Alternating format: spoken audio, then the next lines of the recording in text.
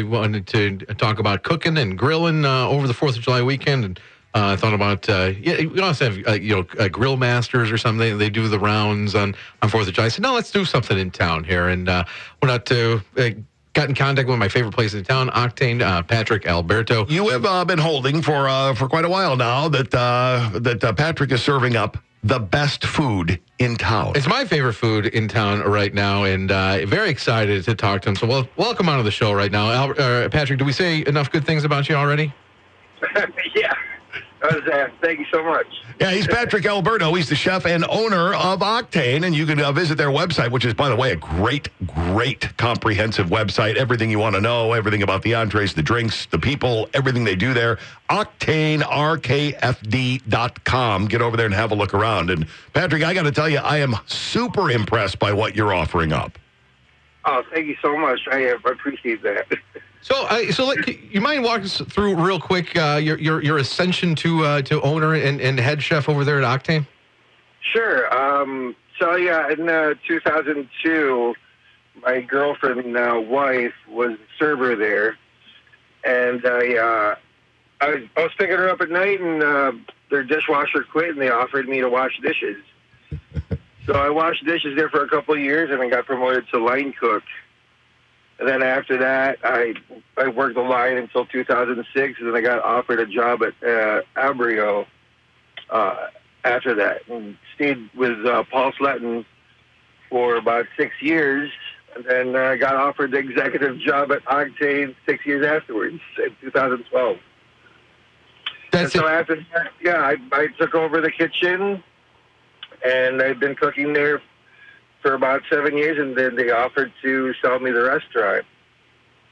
And you jumped at it. That's a good. It's a great restaurant story. I love restaurants. I love that too. For anybody who thinks, oh no, I want to start at the top. No, you start at the bottom and you work your way up and look at the success you'll have by sticking to it. And Patrick's a wonderful example of that. Mm-hmm. Yeah, you're not the only story. I used to spend some time in restaurants too, and you're not the only one that hopped from the kitchen to running the place and.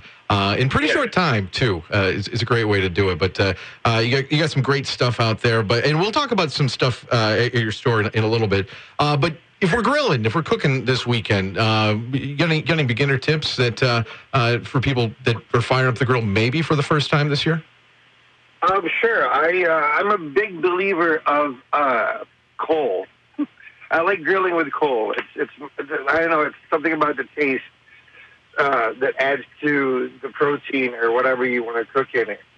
So it's like for beginners, I suggest get a stoker and put some coals in it. Let it sit and fire for about 10 minutes.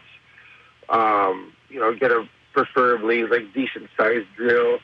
I buy my meats from Eichmann's in Seward locally. Tom Eichmann is the owner. He's a great guy. I cook flank steaks. I marinate them in garlic confit, which is garlic cooked in olive oil until it's mushy. Mm-hmm. And we mush that, and we marinate our flank steak in it for about a day. And then I buy their andouille sausages, which is house made. It's one of the best sausages I've ever had, and it's always quality. It's always the same consistency, which is great. And then their ground meat, their burgers are awesome. I usually get the 70-30, or 70-30 like lean and 30% fat. See, that's good that you're pointing that out, because I think for a lot of people who don't necessarily know their way around it, all right, what do I go with? Everybody says lean, go lean. I should go only lean, but, it's important to have that fat component, isn't it? Oh, yeah. That is where the flavor is, and that's what I get excited about anytime I eat any quality meat. The fat is where the flavor is. A lot of the things that the animal eats gets transferred into that area. And, the leanness part of it is obviously it's very important too, but when you bite in that burger and that juice comes out, that's where it's at. Yeah. Are you whipping any of these up this weekend for the family? Yes, we are. Actually, we're going to North Carolina this weekend, and we're going to be staying in the cabin, and we're going to be grilling for the 4th of July. And that's usually my go-to is flank or skirt steak, andouille sausages, burgers. For my wife, it's a Beyond Meat. She's vegetarian. And then we try to do it, traditional sides. Like we do potato salad, which is kind of we do a mix of Cajun and curry. Oh, it tastes so good. It's very simple, very not too in depth. well, yeah, because you do the in-depth stuff at work. Do you find yourself just doing simple stuff at home then? Oh yeah, a whole lot. I'm happy. Like the other day, you guys are gonna think this is kind of weird. So I've been looking for the best chicken Parmesan sandwich in town. Uh-huh. And for the love of God, I could not find one. Well, that's a tough one. That's tough to find. Do you have one? Do you have one that's leading the pack yet? At work? No, not necessarily work. But have you found your favorite one so far, but maybe not the best one yet? No, I have not. That's the thing. I have not. I scouted the internet and I talked to the other chefs in town. They're like, yeah, we couldn't find one. So I just made one at home, and it was delicious. I mean, it's something I would have done for Octane, but I was like, that's as simple as I could get at home. Like I like simple food that's not a whole lot of complication to it. Is your cooking at home your first test kitchen for trying stuff out for the restaurant? Sometimes, yeah, sometimes. But most of the times I'm at work about 80% of the time. When I think of something new, I just go downstairs and start prepping for a new dish. Usually, we do a feature tryout, and then after that, if it picks up, then we put it on the mainstay on the menu. But this menu has been very very stable for the past year, especially through the pandemic. And we figured out that people really love, consistency and not so much features anymore, which is kind of weird. If you have a solid menu and they keep coming back for it, they tend to respond to it some more. But if you keep changing your features every day, there's no really following. Yeah. So in other words, if it's not broken, there's no need to fix it. Yeah, at some point, yeah, but you got to tweak it here and there. Kind of find your best ones and best sellers and kind of go from there. And from the fatter, introduce something new like the steam buns that we've been serving for about 4 years now. That was a hard sell because we are still the only place in town that serves the bao buns, which I don't know if you're familiar with. Oh, I am, and they're delicious. Oh, thank you. Right. They're outstanding. By the way, for you guys who are just joining us, we're spending some time with Patrick Alberto, who's the chef and owner of Octane. Go and visit their website. Better yet, just go ahead and visit the restaurant. But before doing that, hit the website, octanerkfd.com. You will be impressed by what you see. You'll be even more impressed when you go in. Thank you. And Patrick, you mentioned you're cooking traditional stuff, American tradition. I think you're talking about at home, but there's some traditional food at your place too. And one of my best friends is Filipino, and when I saw the chicken adobo that you had on there, I said, "Oh, that his mom used to make that a lot," and I tried it. It tasted good.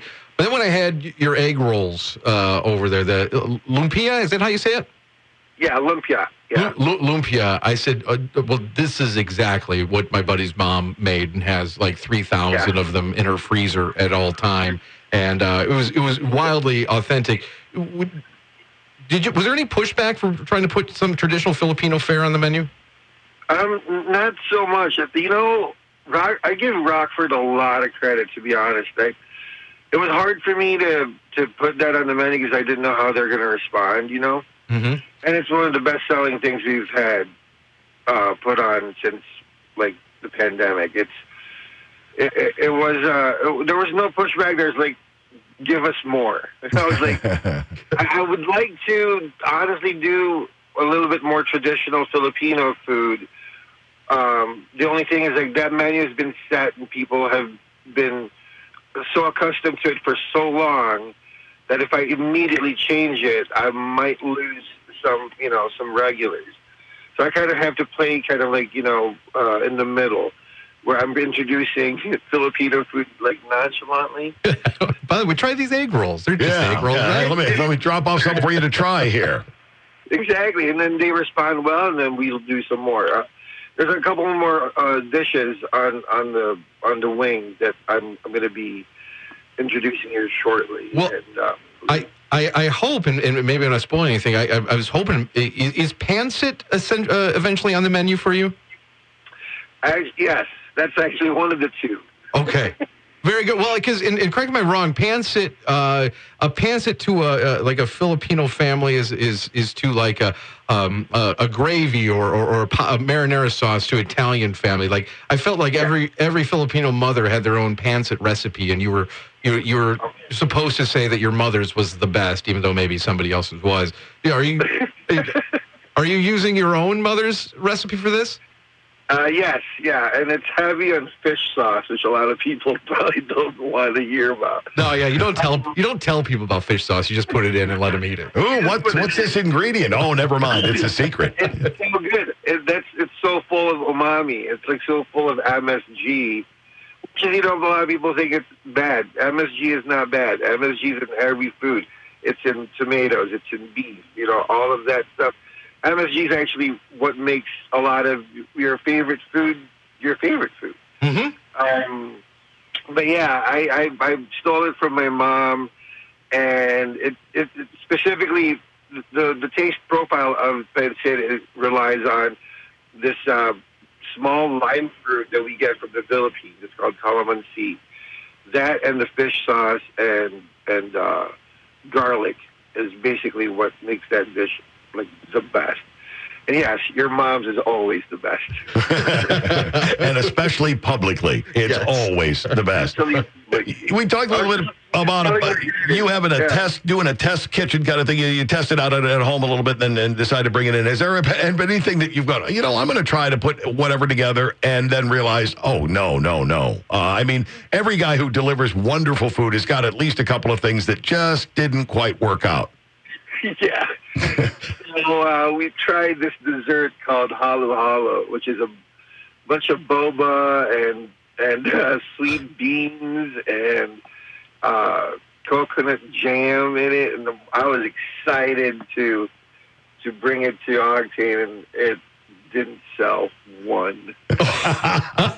One. Ouch. Not one. Nobody was even like remotely interested in it. I was like, well, that sucks. Okay, go back to the drawing board on that one. Do you still have a stock of boba balls in the back looking to use something? Yeah. Okay. We started using it for cocktails, which is good. Outstanding. Yeah, 5-6 years, be rid of all of them. Yeah, Exactly, yeah. There's a shortage, so I could actually take advantage of it. Well, Patrick, is there anything else you want to share with us before we let you go here? Thank you for your time, by the way. This is awesome. Oh no, my pleasure, guys. Thanks for having me. We're open 5 days a week. We're launching our Cabal food truck here soon. Hopefully by early August. I just purchased a food truck that will be serving the steam buns. Yeah, I saw it parked outside your behind your place the other day. It's a nice truck. Yeah. I'm looking forward. August, you think you'll get that out and running? Yeah, August will be the target date for it to make its debut. We're definitely going to be in Greenwich Art Fair in September. But yeah, the buzz is really good about the truck, and we are very excited to bring Bow's Mobile to everyone. I'll be there. Oh, yeah, absolutely. Yeah. Have to check all of that out. This has been great for us. And like we said, Joe, for the longest time, has called you out as having the absolute best food in town. And We had to get you on to talk about it, get a couple of tips for the people out there. Obviously, charcoal, tip number one. You're going to do some grilling, go with the charcoal. I have a gas grill, so I'm just going to pretend it's charcoal and see what happens. We don't shame around here. Oh, yeah, you'll shame off the air over it. All right. But, Patrick, thanks so much for taking time for us. You've got a great joint going. I hope a lot of people come down and visit you over the weekend.